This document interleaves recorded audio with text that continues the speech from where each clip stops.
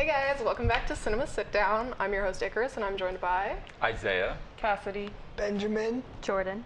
And today we watched the movie The Station Agent. It's been directed by Tom McCarthy in 2003, and we'll be back here in just a second to talk about it some more. choo choo.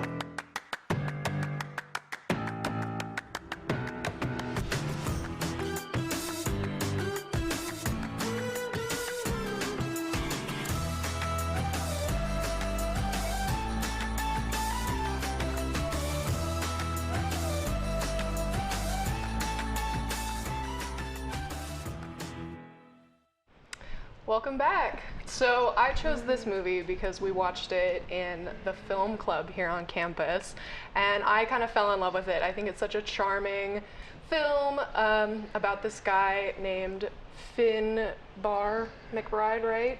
Yes. Yeah. Something like that. Something with Finn. Played by Peter Dinklage, who does an incredible job in this part, I think. He plays it really well. And it's just kind of a charming story where he inherits this depot and slowly kind of make friends with the people in the town that he's in. And I don't know, I think it's a really cute film. What are your guys' initial thoughts on it? I mean, initially I was very interested just because of Peter Dinklage. I think he's an amazing actor. Absolutely, yeah. And so once I saw that, I was like, okay, no matter what the plot is, I'm going to be into it because I know he'll make it enjoyable. But I ended up really liking it. It kind of reminded me of just kind of, I mean, they're all adults, but it reminds me of being a kid.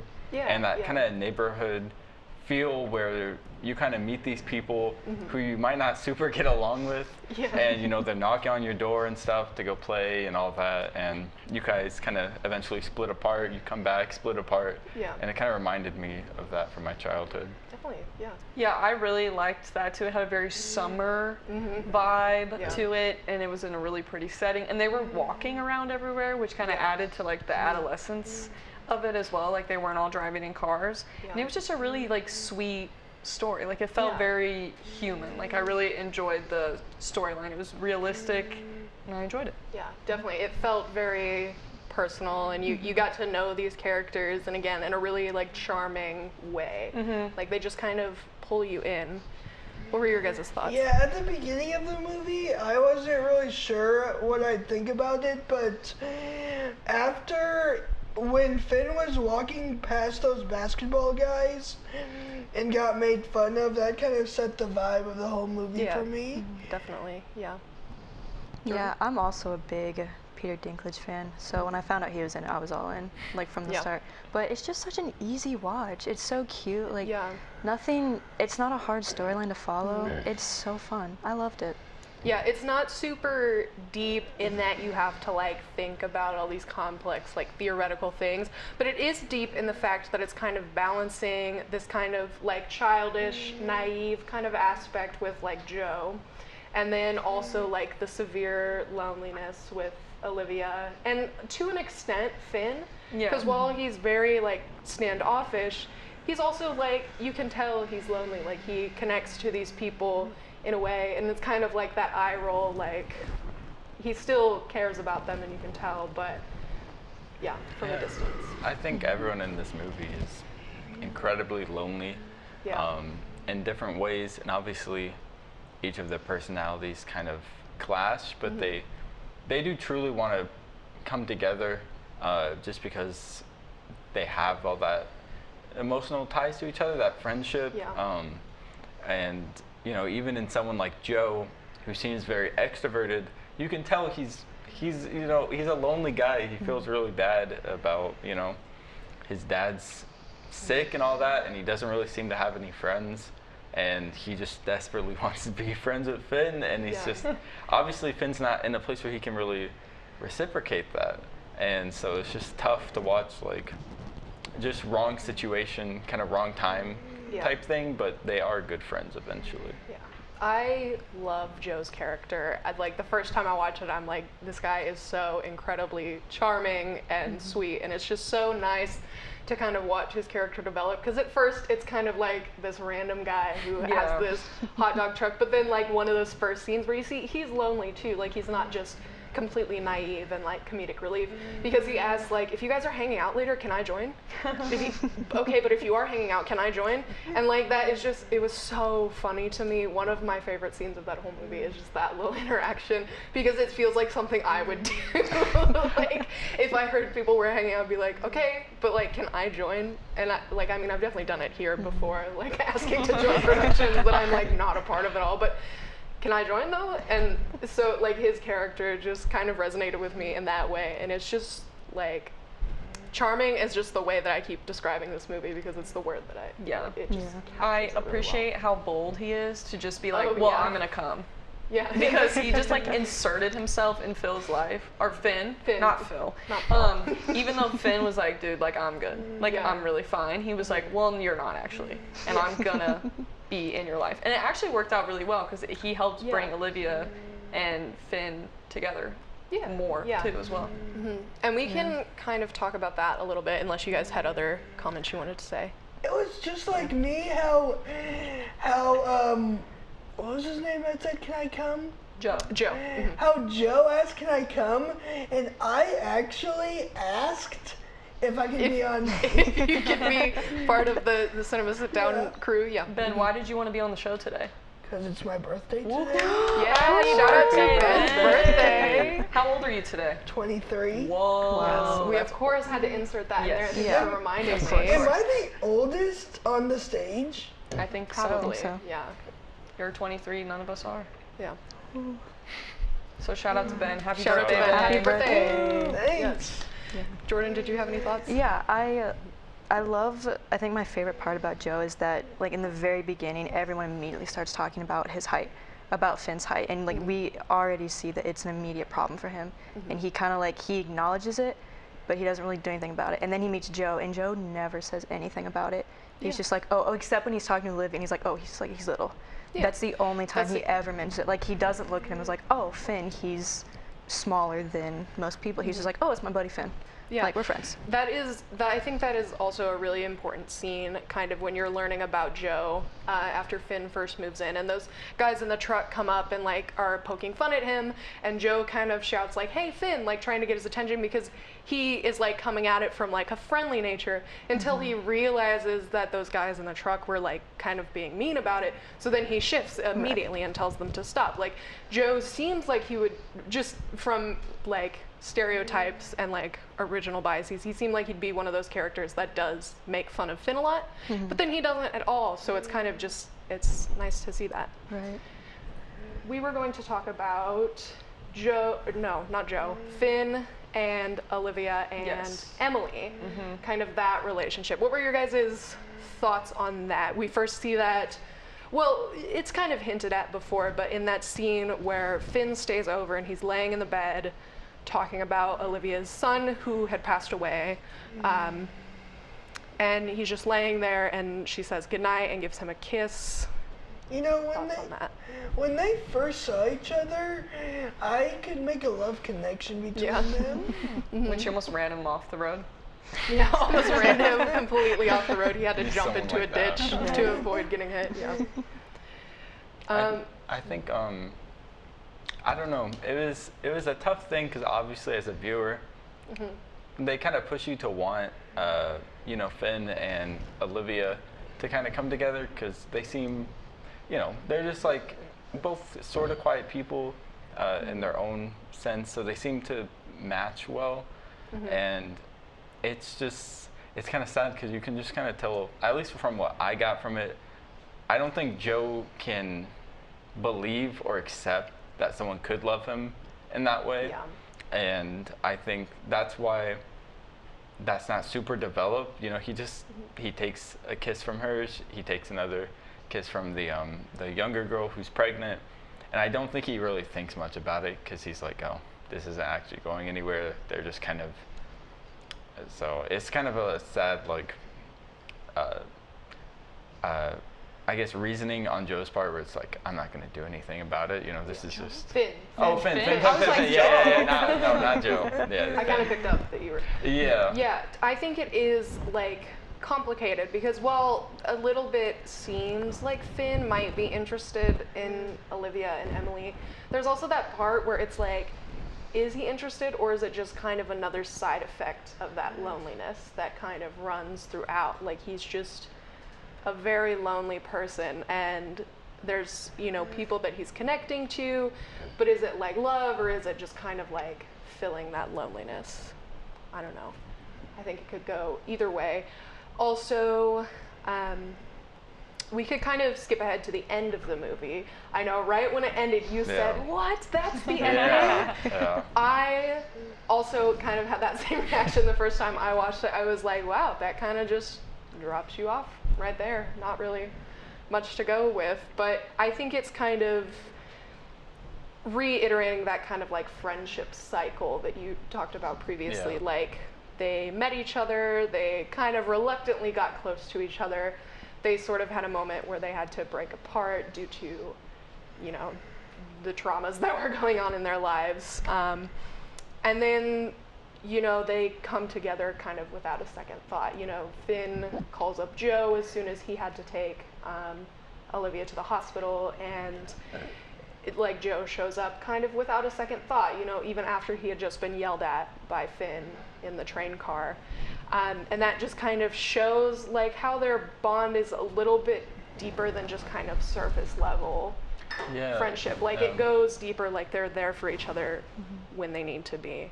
And I don't know. I liked really how their cool. relationship developed. It felt very natural. Like, Yeah. it felt very awkward at first, but it seemed like all of them kind of balanced each other out a bit too. And at the end, Joe like he was a lot more introverted at the end. Like, when they were waiting for Olivia to come out, he was reading his book. Yeah, and which normally he's a big chatty guy. Definitely, and I hadn't really thought about that, but yeah, you can see how not only Joe has impacted Finn in being more open, and you know, he's saying full sentences by the end of the movie, but Joe has also been impacted by Finn and Olivia, and like that kind of trio they've sort of impacted each other's lives in almost a deep way that can't exactly be described. Like, their kind of souls just seem to have connected in a weird way. Again, kind of charming. Yeah, you know what? This reminds me of just any other child. Like, he might get a little nervous talking to new people, and that's exactly what's happened to Finn. Like, Finn just said one-word answers. Like, how are you doing, Finn? Good. What are you doing later? Nothing. Yeah, like, he was just very silent and didn't say much when he first met people. But when he first got to know them, he was more open to speak. Definitely, yeah. And part of that, you know, being impacted by being around Joe and Olivia. Yeah. One thing that I was kind of interested in, we didn't really learn that much about Finn's backstory. Really at all. They kind of keep it a mystery, and that was one thing I just wish they would have. They didn't have to like fully describe it necessarily, but I wish we knew more about it. Yeah. Maybe to tell, was there some event that really impacted him of, you know, when he was a child or something like that. We don't really get too deep of a background on anyone's kind of childhood or family besides, you know, you get Joe's dad and you get Olivia's husband, but for Finn, he's completely alone once his friend dies. Yeah. So I think he just really, as the main character, just encapsulates this feeling of like loneliness. Yeah. And he just, you know, he's just at this shack in the middle of nowhere by a railroad, and I don't know. I was curious though what you guys thought about the trains and what that actually kind of meant for the movie, because I have never thought too deeply about it. I just kind of took it as he just likes trains. Did you have thoughts about what it could mean deeper? I guess I just kind of take it as like, I don't know. I guess trains are kind of this lonely but kind of sweet thing, and they just kind of like pass and go. It's just like a nice short moment.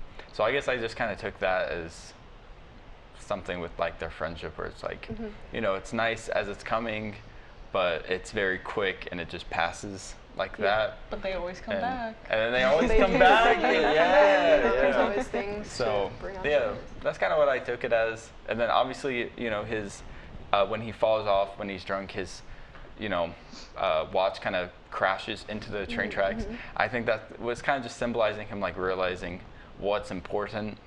And, you know, as that train comes, all that kind of happens, and then he goes back to his friends and stuff like that after that. So I think that was just a very important moment for him. Yeah, I like how they capture like small moments in the film too. Like I remember Joe was playing the ball with the kids, and Olivia was like, "Oh, he really enjoys life." But I feel like they all enjoy really small parts of life. Like Joe just likes to watch.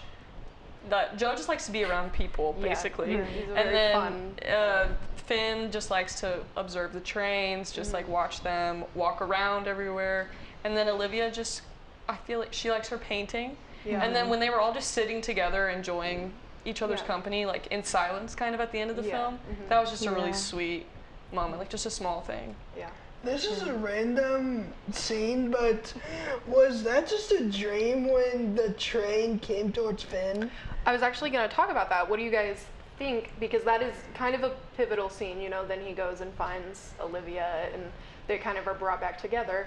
And when he falls, he's, you know, outside of the bar, but when he wakes up, even though his watch is broken, he's in front of his depot and, you know, obviously unharmed for the most part other than sleeping on a train track, which don't sleep on train tracks. No, please especially don't. not drunk. In fact, don't walk on train tracks. Don't go on train tracks, period. Yeah.